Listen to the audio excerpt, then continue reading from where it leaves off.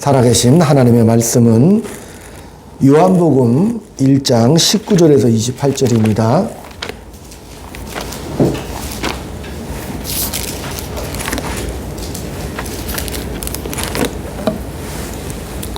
(19절에서) 28절까지 교독을 드립니다.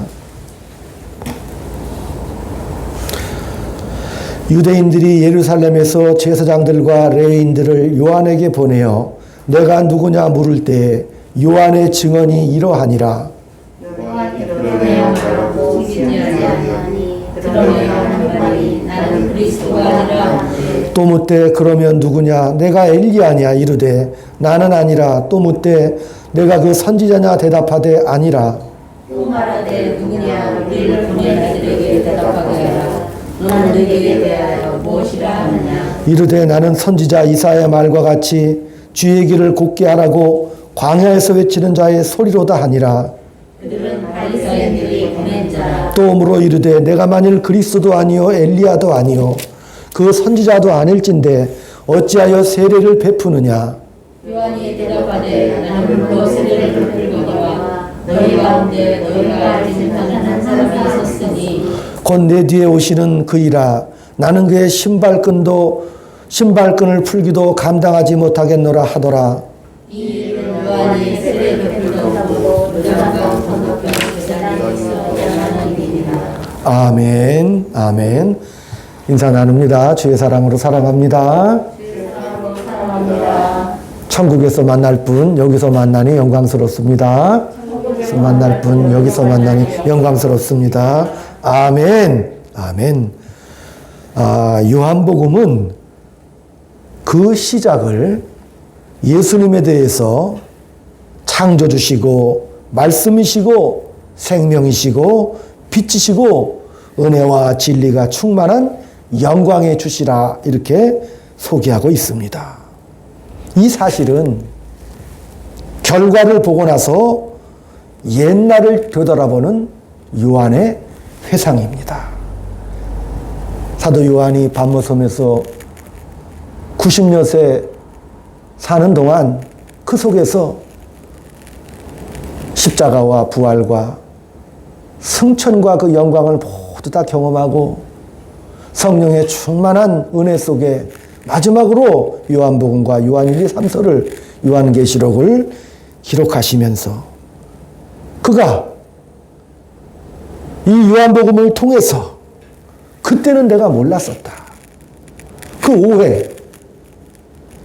제자들과 함께 예수님을 따랐지만 예수를 따랐지만 그리스도이심을 알아보지 못했다 하는 후회와 눈물 속에 이 기록을 남기고 있다는 사실입니다. 우리가 예수 믿는 게 어려운 것은 그 당시 예수님을 따랐던 제자들이 예수님은 이 땅에서 우리와 늘 함께 계셔야 한다 이렇게 생각을 했습니다. 그 많은 기적들을 행하시는 그 예수님과 함께 그들의 마음속에는 늘 우리와 같이 하시면서 오손도손 이렇게 놀라운 기적도 맛보시고 또 그들이 그 유대인들이 천년의 수건이 있죠. 다윗의 영광을 회복하리라. 그 나라가 로마의 식민지 상태에 있었기 때문에 우리 이 예수님과 함께 독립전쟁하고 나라의 영광을 재건하고 이 선민의 번영을 이루리라. 그래서 예수님은 거기에 대한 포부와 계획을 말씀하셔야 할 것으로 그 제자들은 기대하고 따랐습니다. 그러니까 예수님께서 요한복음 16장 16절 이하에도 보면은 그 제자들 앞에서 야 내가 떠나가야 한다. 내가 조금 있다가 내가 없어질 것이고 조금 있다가 나를 볼 것이다. 내가 떠나가야 한다. 이런 말들은 도무지 관심이 없었어요.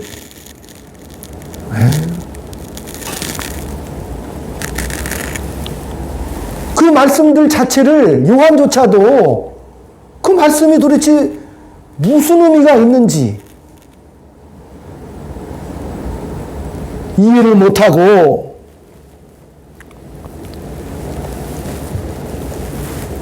그들의 마음속에 이스라엘의 독립과 번영과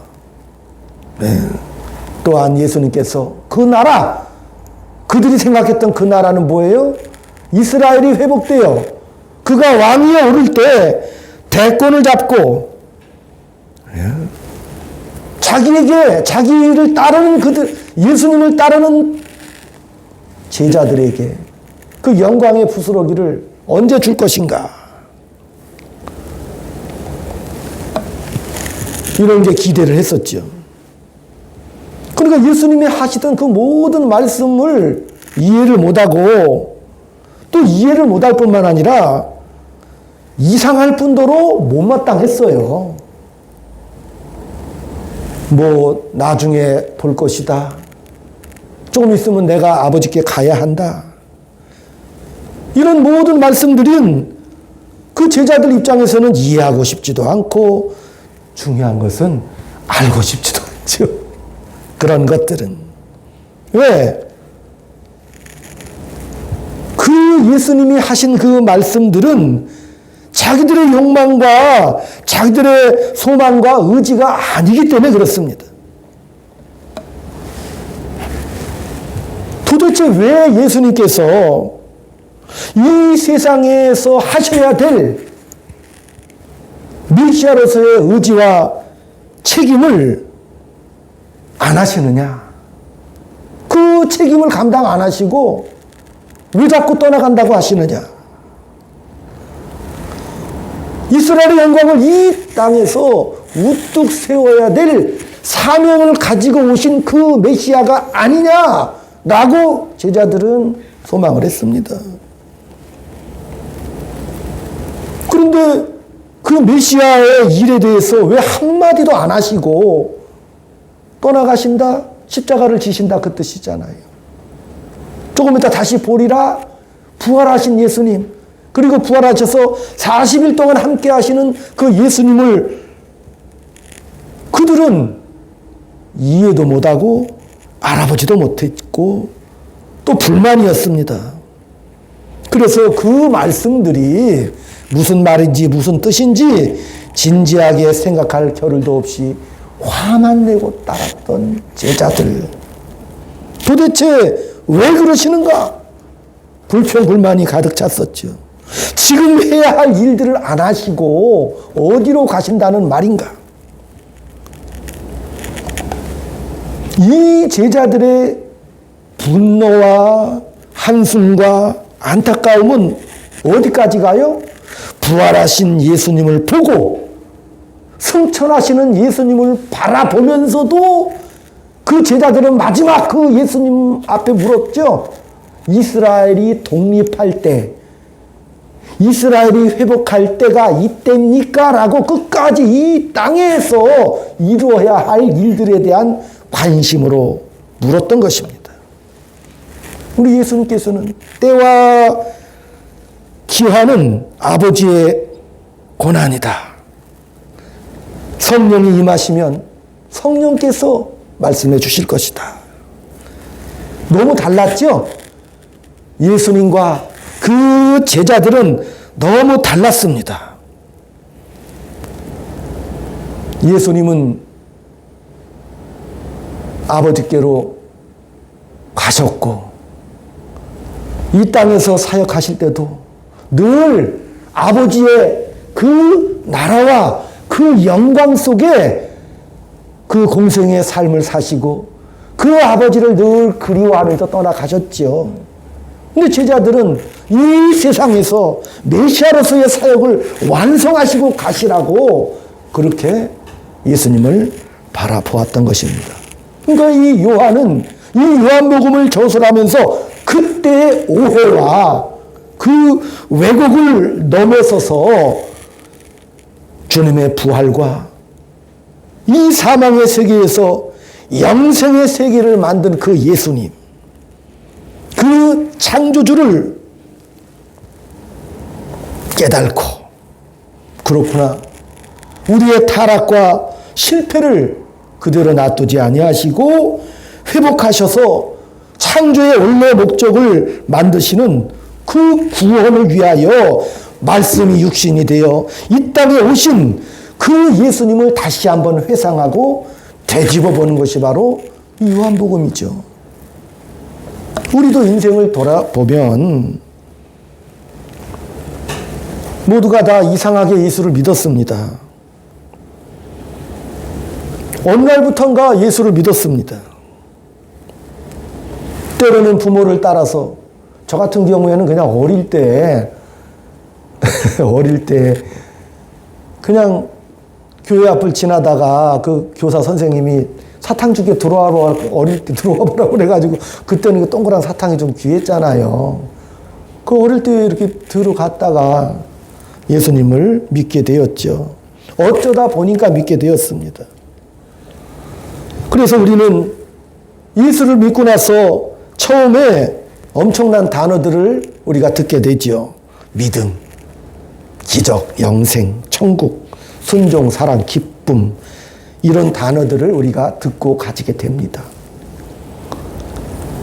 그런데 내가 신앙생활을 해보니까 이런 단어들은 명분일 뿐이고 현실의 삶에 있어서는 적용이 잘 안 되더라는 거죠. 실천할 수도 없고 그 맛을 볼 수도 없어요. 그런 현실을 우리가 사는 것이죠. 제자들도 그렇게 살았으니까. 그래서 오늘 이 복음서가 하고 싶은 얘기는 그런 과정이 뭐냐는 것을 말씀하고 계십니다. 예수님이 오셨고 부활과 새로운 세상과 새로운 소망을, 믿음을 갖게 하는 그 과정, 어찌 보면 없어도 될 것 같은, 즉시 결과를 주셨으면 좋았을 것 같은 그런 막막하고 오해하고 불안에 떨고 다 도망갔던 그 부끄러운 과정들을 하나님은 왜 요구하셨을까, 제자들에게. 그게 복음서입니다. 우리의 생애에도 우리가 믿기를 먼저 하고 막막한 현실 속에 도대체 이게 믿는 게 도대체 뭔가, 그렇게 막막함을 경험하고 다시 우리가 돌아봅니다. 나로 예수를 믿게 하고 나를 찾아오시사 새로운 운명으로 옮겨놓은 이 현실 속에서 믿음이 어떻게 작동하는지, 무슨 가치가 있는 것인지를 설명하고 계십니다. 오늘 이 세례 요한이 등장해서 예수를 소개하는 장면은 대단히 놀랍죠. 바리새인들이 사람을 보내서 너는 누구냐? 네가 누구길래 세례를 베푸느냐? 내가 그리스도냐? 그리스도란 그 유대인들이 기다리던 특별하고도 지정된 종입니다. 그 종이냐? 그리스도냐? 아니다. 그럼 선지자냐? 아니다. 그럼 네가 뭔데 세례를 주느냐? 세례는 회개하라고 주는 겁니다. 회개하라. 너희들이 잘못됐으니까 회개하라. 근데 이 회개하라는 말은 선지자만이 할 수 있는 말입니다. 선지자가 그 이스라엘을 향해서 회개하라 이렇게 말할 때 죄인들에게만 말하는 것이 아니라 그때 모든 시대의 백성들에게 하는 말이거든요. 회개하라. 너희가 잘못됐다. 그러니까 당시 종교 지도자들, 이제 바리새인들이죠. 제사장들, 이런 사람들이 궁금했어요. 우리가 뭘 잘못했는지. 그렇게 궁금했어요. 확인하고 싶었습니다. 그러기 위해서는 도대체 저 세례 요한이라는 저 사람이 정말 하는 말이 진짜인지 아닌지 그게 중요할 거 아니에요. 세례 요한은 말합니다. 나는 선지자도 아니고 메시아도 아니다. 이사야 선지자가 말한 것처럼 나는 그냥 광야에서 외치는 소리일 뿐이다. 그러면서 누구랑 비교하냐면 내 뒤에 오실 예수님은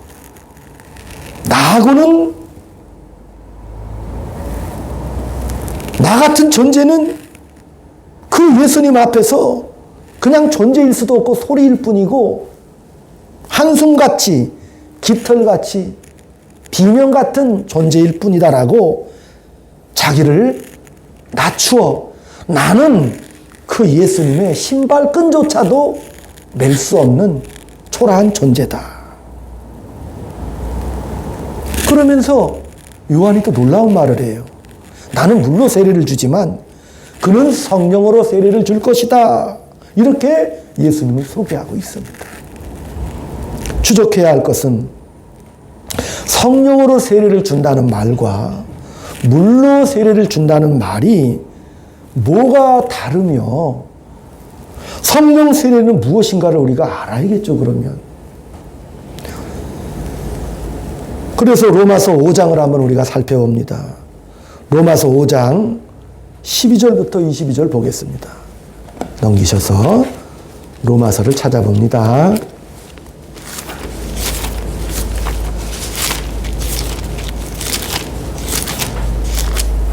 로마서 5장 12절부터 교독합니다.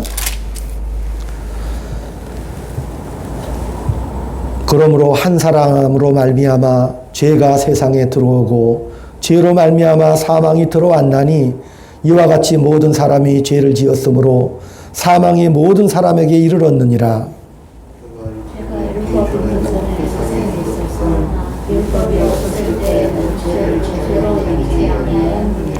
그러나 아담으로부터 모세까지 아담의 범죄와 같은 죄를 짓지 아니한 자들까지도 사망이 왕노릇하였나니 아담은 오실자의 모형이라.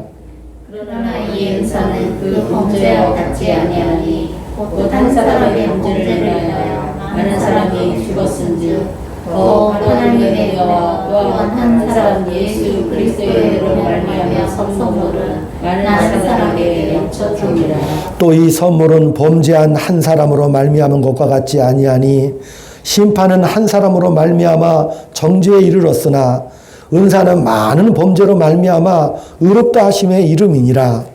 한 사람의 범죄로 말미암아 사망이 그 한 사람을 통하여 왕노릇하였은즉 더 은혜와 의의 선물을 넘치게 받는 자들은 한분 예수 그리스도를 통하여 생명 안에서 왕노릇하리로다. 그런즉 한 범죄로 많은 사람이 정죄에 이른 것 같이 한 의로운 행위로 말미암아 많은 사람이 의롭다 하심을 받아 생명에 이르렀느니라. 한 사람이 순종하지 아니함으로 많은 사람이 죄인 같이 한 사람이 순종하심으로 많은 사람이 의인이 되리라. 율법이 들어온 것은 범죄를 더하게 하려 함이라. 그러나 죄가 더한 것에 은혜가 더욱 넘쳤나니 이는 죄가 사망 안에서 거듭난 것 같이 은혜도 또한 그리로 말미암아 왕노릇하여 우리 주 예수 그리스도로 말미암아 영생에 이르게 하려 합니다. 아멘. 예수를 소개하는 데 있어 예수님과 대조하는 인물이 바로 아담입니다. 아담은 오실자의 표상이다 이렇게 말합니다. 아담과 예수를 대조하는 이유가 뭐냐면 우리 인류가 죄인인 것은 우리의 조상 아담이 죄를 지은 탓이고 그 죄가 그 자손들의 운명을 결정지었다는 사실이죠. 본인이 죄인이 되자 그의 후손은 다 죄인으로 태어나게 됐습니다. 법을 어겨서 죄인 된 게 아니라 죄인의 후손이라서 죄인이 된 겁니다. 그 가장 분명한 증거는 율법을 주시기 전 모세가 시내산 나서 율법을 받았잖아요.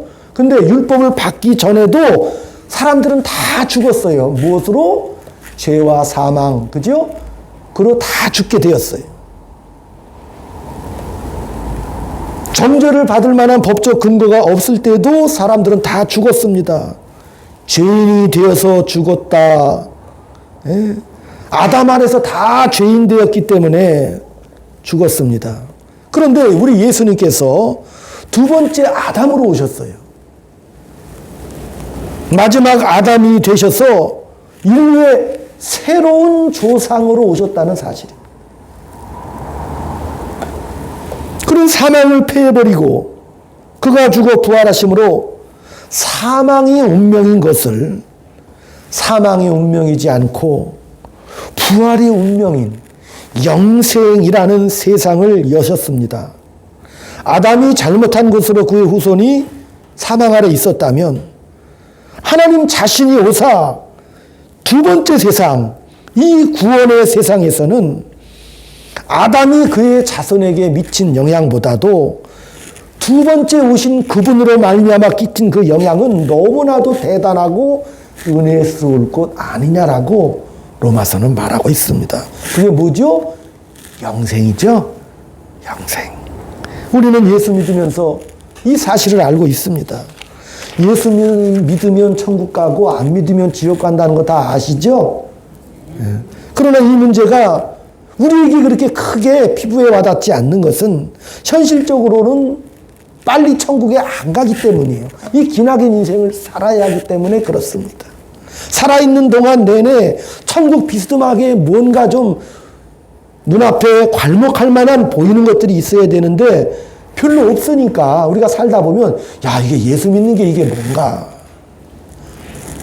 그런 고민을 하게 되죠. 도대체 내가 이게 구원받은 게 맞는지, 예수 믿는 게 맞는지, 하나님의 약속이 맞는 건지, 이런 예수 믿으면서 살아가는 이 인생의 막막함이 우리의 현실적인 상태입니다. 그러면 로마서 8장으로 가서 성령 세례는 무엇이냐? 성령 세례 받으면 무엇이 좋으냐가 나와야 되죠. 로마서 8장 14절부터 보면 무릇 하나님의 영으로 인도함을 받는 사람은 곧 하나님의 아들이라. 너희는 다시 무소하는 종의 영을 받지 아니하고 양자의 영을 받았으므로 우리가 아빠 아버지라고 부르짖느니라. 성령이 친히 우리의 영과 더불어 우리가 하나님의 자녀인 것을 증언하시나니 자녀이면 또한 상속자고 하나님의 상속자요 그리스도와 함께한 상속자니 우리가 그와 함께 영광을 받기 위하여 고난도 함께 받아야 할 것이니라. 성령이 이미 우리 안에 들어오셔서 우리 영과 함께 우리가 하나님의 자녀인 것을 증거하고 있습니다. 이유는 뭐예요? 지금이잖아요. 지금은 천국 가기 전이지요. 고단하고 막막한 현실을 살아가는 지금입니다. 실망스럽고 이게 인생을 살아보면 왜 이렇게 후회가 많습니까? 그러나 우리는 하나님의 자녀입니다. 성경은 뭐라 그랬어요? 자녀이면 곧 상속자요 그리스도와 함께한 상속자니 그와 함께 영광을 위하여 고난도 함께 받아야 할 것이다. 영광을 위하여 고난을 받는 것은 너무나도 당연한 것이라고 말하고 우리는 그 과정을 겪고 있다고 말씀하시죠. 성령은 우리 안에 계시죠? 우리 안에 있다는 것을 우리가 어떻게 확인하죠? 그건 고린도 전서 12장 3절 누구든지 성령으로 말미암지 않고는 예수 그리스도를 주라 시인할 수 없다라고 말하죠. 그러니 저와 여러분이 예수를 믿는 것은 나의 판단이나 분별이나 옳은 선택이 아니라 그보다 훨씬 크지요. 내 판단이 아니죠. 하나님의 은혜지요. 안 믿으려고 한번 여러분 애써 보십시오. 안 됩니다. 안 믿을 수가 없어요. 천국 가는 것이 우리의 소망이고 우리의 만족입니다. 그런데 문제는 천국 가기 전에 대기실에서 잡담하며 수다 떨고 있으면 되겠지요? 아니, 천국 가기 전에 대기실에서 수다 떨고 잡담하고 있으면 되잖아요. 근데 이제 그렇게 하면 뭔가 좀 허전하죠?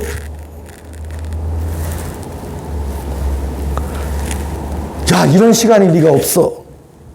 예수를 믿었는데 내가 사는 삶이 이 꼴이란 말인가? 그게 우리에게 매일 다가오는 도전입니다. 그게 뭐냐가 로마서 6장 1절로 14절까지 증거하고 있어요. 성령께서 우리 안에 계십니다. 우리가 천국 가는 것이 확정이 되어 있습니다. 그게 우리의 운명이고 하나님의 약속은 변치 않습니다. 그래서 이제 질문이 나오죠. 그러면 우리가 천국 갈 운명이고 그것은 흔들 수가 없어요. 그런데 그러면 우리가 이 땅에서 열심히 살 필요가 있나요? 우리가 신앙생활을 치열하게 할 필요가 있나? 그래서 오늘 로마서 6장의 이야기는 그것은 이 땅에 살아가는 이유는 명예에 관한 문제다. 이렇게 말씀하시는 거죠. 너희는 예전에 율법 아래서 잘했나 못했나? 율법이 있을 때는 잘하는 것은 율법이 담아내질 못하고 못하는 것을 정죄하는 것밖에는 하지를 못했다. 과거에는 죄를 안 짓는 게 전부였다. 율법의 시대는 그랬어요. 그러나 이제는 예수로 말미암아 죄를 지었느냐 안 지었느냐 이런 문제가 아니라 명예냐, 명예를 외면하는 못난 삶이냐, 이렇게 나누는 거죠. 예수를 믿으면 이 세상에서는 예수를 믿는 명예를 누리는 자와 그러지 못하고 못난 짓을 하는 사람으로 나눕니다. 죄로 묻지 않아요. 우리는 예수 믿을 때 이미 하나님 앞에 의롭다함을 받은 하나님의 자녀들이죠. 우리는 칭의로 의롭다함을 받았지요. 그 다음에는 어디로 가는 거예요? 기독교의 여정이. 그 다음에는 성화의 과정을 거치죠. 자라나는 과정을 거치며 거룩한 영광의 세계로 영화로 완성이 되는 거예요. 그러나 유대교는 율법의 종교죠. 뭐예요? 성화의 과정을 거쳐 칭의를 이룬다고 유대교는 그렇게 가르치죠. 그러니까 성화, 즉 율법을 다 지켜서 내가 의롭다함을 얻는다라는 그 과정이 바뀌었잖아요. 그러니까 율법으로는 성화로 가지를 못해요. 요한웨슬레도 죽을 때까지 경건하게 어떻게 하면 내가 죄를 안 지으며 살 것인가. 정말 하루에 4시간도 안 자고 기도하고 전도하고 온 세계로 돌아다니며 복음을 증거하며 하나님 내가 죄를 안 짓고 살겠습니다. 그러나 그도 마지막 하나님 앞에 나는 죄인 고백합니다. 도저히 나는 성화로 갈 수가 없습니다.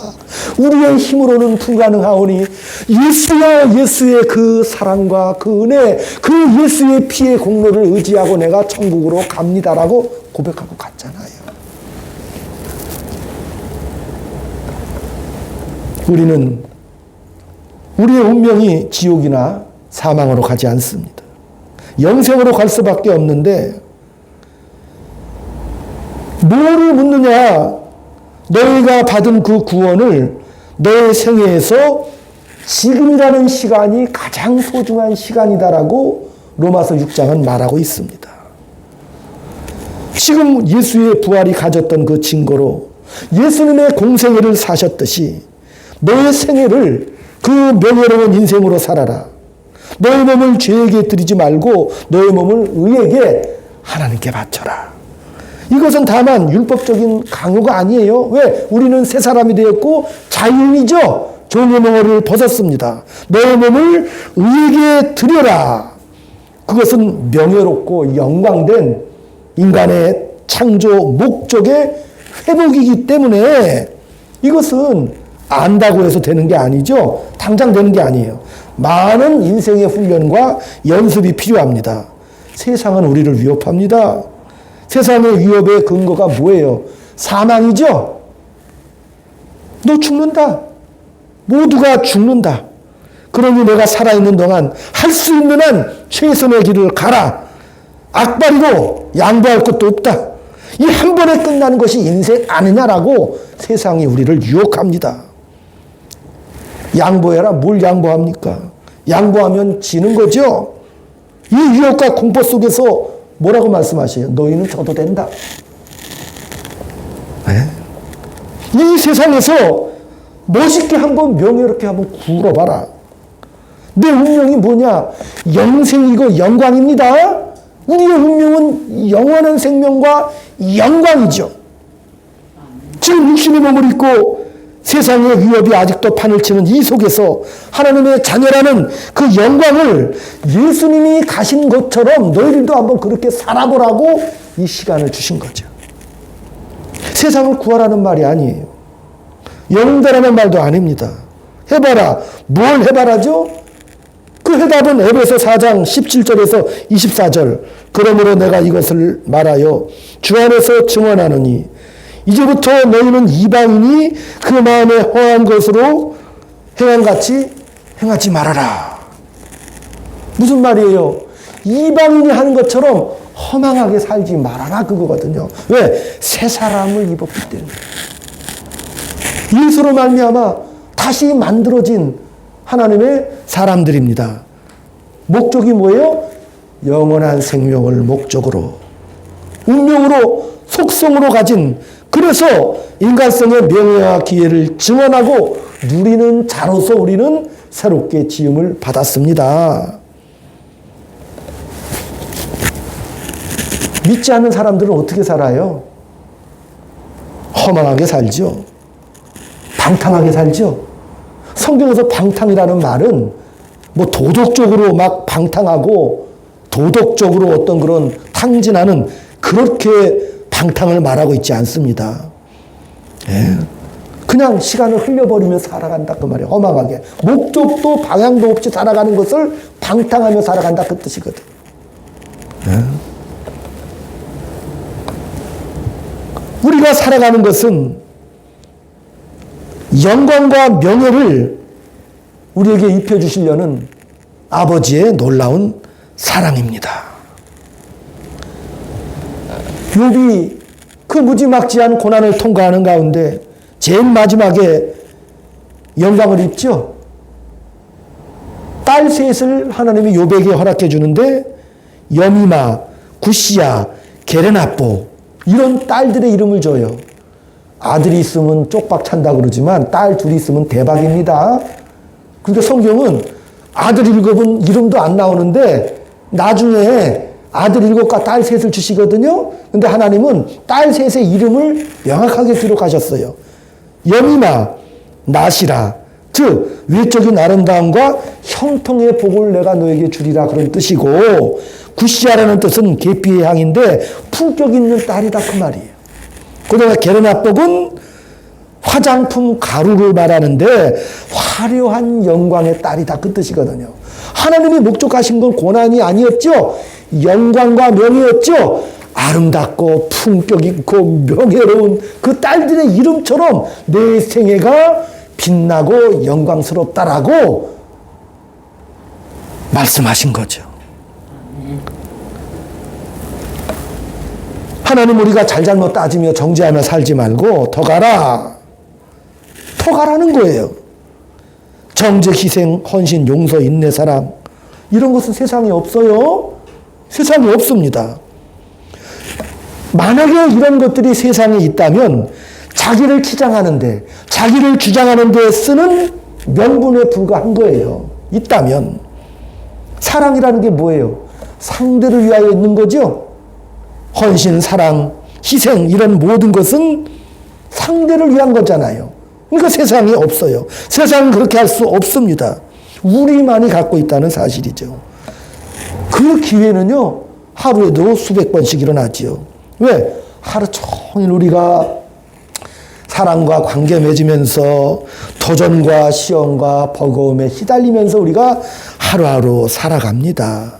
자식 키우느라, 돈 버느라, 관계 맺고, 직장에서도 관계 맺고, 모든 게 걱정스럽고, 우크라이나가 침공을 당해 마음이 얼마나 아픈가요? 푸틴이 대규모 병력을 동원해 옛소련의 영광을 재현하기도 할 뿐만 아니라 우크라이나를 점령함으로 경제적인 이득도 만만치 않아요, 그 나라가. 그런 것을 추구하며 도전해 오니 우리가 그것을 TV로 바라보며 걱정도 되고, 또 이제 대선이 얼마 남지 않았는데 얼마나 가슴 졸이며 우리가 지금 기도하고 있습니까? 나라 걱정도 많이 하지요. 네.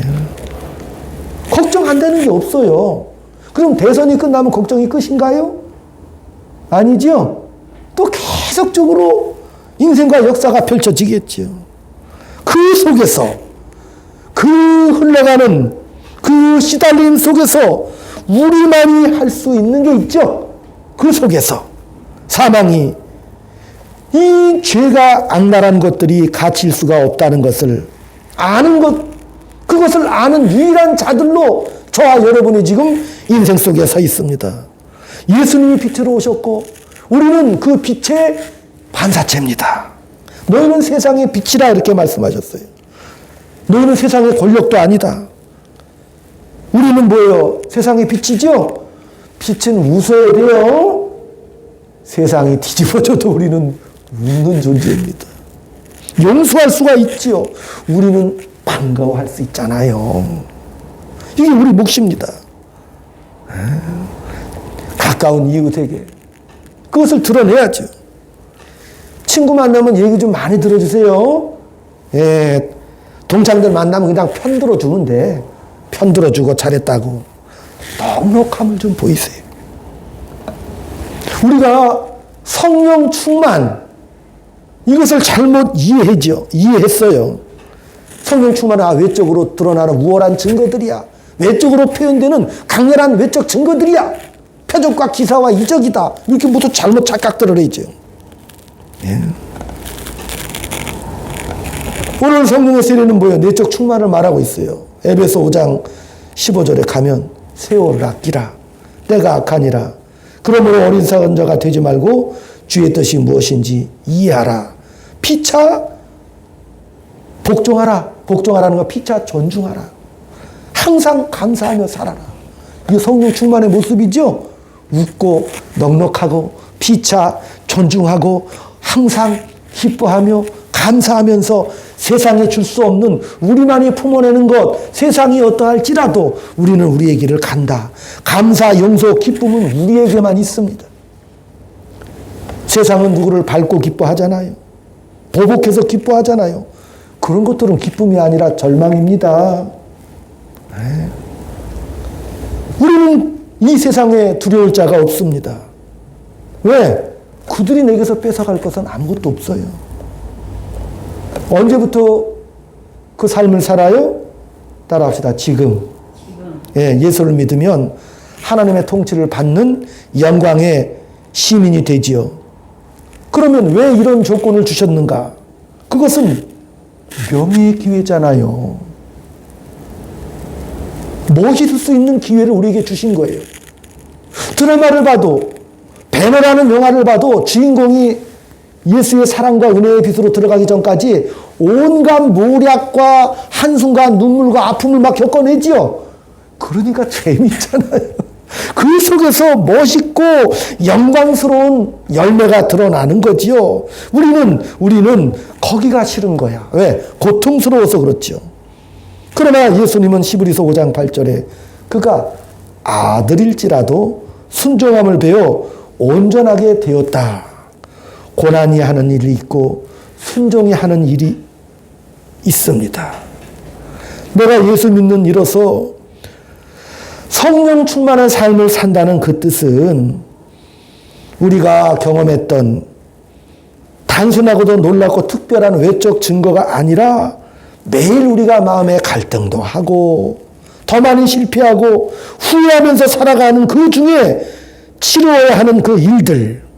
근데 우리가 후회하며 우리가 시달리며 가는 그 일들이 훗날을 가보니 그게 일을 한 거죠. 그 요한이 그걸 증언하고 있는 거예요. 자기가 바라봤던 예수 그리스도, 자기가 따랐던 예수 그리스도, 그러나 그 길을 걸어가며 실패했던 그 후에, 그러나 그것이 나중에 어떻게 돼요? 성령의 인도함을 따라 영광과 영생의 나라를 바라보며 갔죠. 그 과정들이.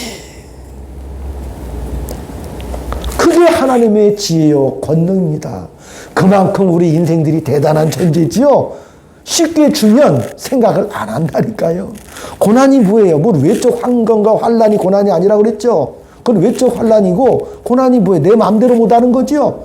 내 마음대로 막 살고 싶은데 내 마음대로 못하는 게 우리는 순종해야 되잖아요. 내 마음대로 못하는 게 고난입니다.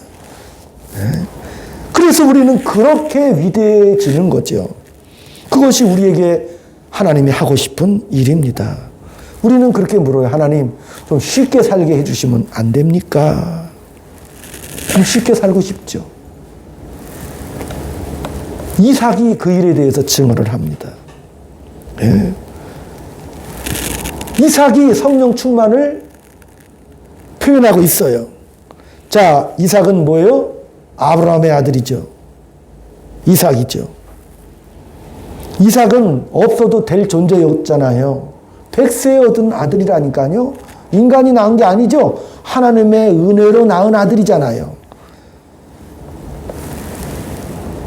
이삭의 나이 17살쯤 됐을 때 모리아산에 하나님께서 이삭을 바치라고 하니까 아브라함이 이삭을 죽이러 갑니다. 죽이려고 했을 때 천사가 말립니다. 하나님이 내가 내 마음을 보았다. 내가 맹세한다. 내가 내게 복을 주리라. 하늘의 별과 같이 땅의 모래와 같이 내가 너를 번성하고 축복을 주리라. 아브라함의 믿음이 확인돼서 그러는 게 아니에요. 왜? 아브라함은 모리아산에 이삭을 드리기 전에도 그 복을 주신다라고 미리 말씀하셨거든.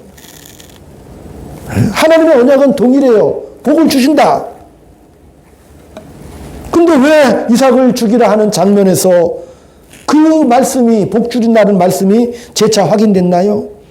아브라함이 믿음을 발휘했기 때문에, 결정적인 어떤 수준에 올랐기 때문에 아브라함에게 주신 보상이었는가? 그것이 아니라니까요.